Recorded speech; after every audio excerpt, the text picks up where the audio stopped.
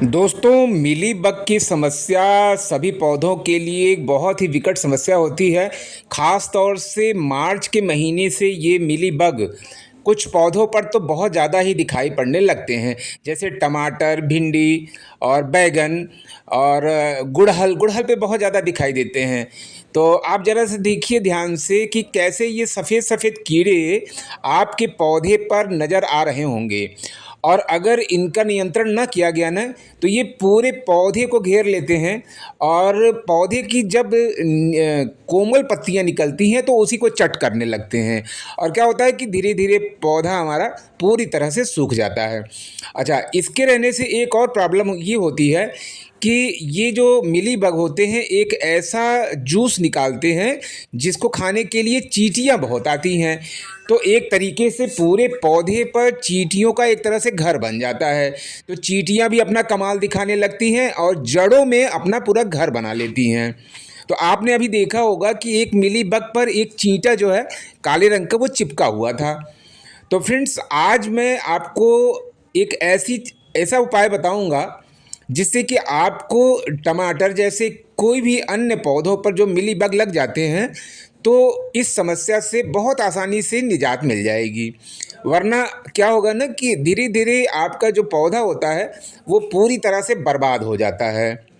तो फ्रेंड्स, सबसे पहले ये देख लीजिए, पहचान लीजिए इस कीड़े को। ये अभी मार्च के महीने से जब हल्की हल्की गर्मी पड़ने लगती है तो यानी टेम्परेचर थोड़ा सा बढ़ता है तो ये दिखाई देने लगते हैं। तो उपाय दोस्तों ये है कि सबसे पहला काम करिए कि हल्की सी वाटरिंग से पूरे पौधे को नहला दीजिए। और ये देखिए मेरे हाथ में क्या है फ्रेंड्स, ये है लकड़ी की राख। तो आप लकड़ी की राख बड़े आराम से कहीं से भी कलेक्ट कर सकते हैं, या कंडी की भी राख अगर आपके पास मिल जाए, आपको मिल जाए कहीं से, तो उसको भी कलेक्ट कर लेंगे।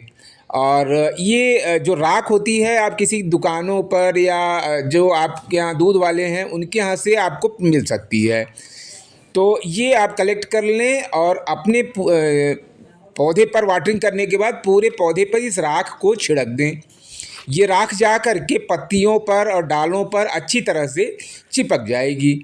और ये राख क्या करती है ना कि जो कीड़े चिपके हुए होते हैं उनको, उनका जो सुरक्षा कवच होता है उसको ब्रेक कर देती है, यानी तोड़ देती हैं। और धीरे धीरे वो सफ़ेद कीड़े सूख करके वो गिर जाते हैं। तो चींटियाँ भी नहीं आएंगी, जब कीड़े ही नहीं रहेंगे तो चींटियाँ भी नहीं आएंगी।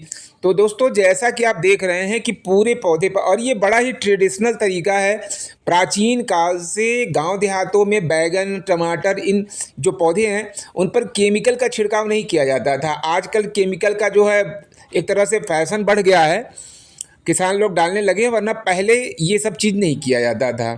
तो ये करने के बाद थोड़ा सा नीम की खली आप डाल दें जड़ों में, क्योंकि ये जो नीम की खली होती है उससे भी चींटियाँ भागती हैं।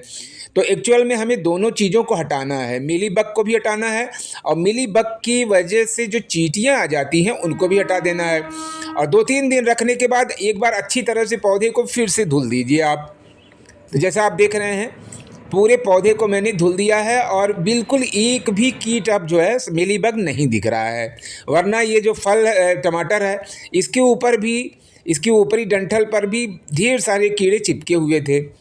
तो आप देख रहे हैं बड़े आराम से, मतलब पता भी नहीं चला। और धुलने के बाद, पौधे को धुलने के बाद जो है पूरा एकदम से दिखाई नहीं दे रहा है कि कहाँ पे कोई कीट है।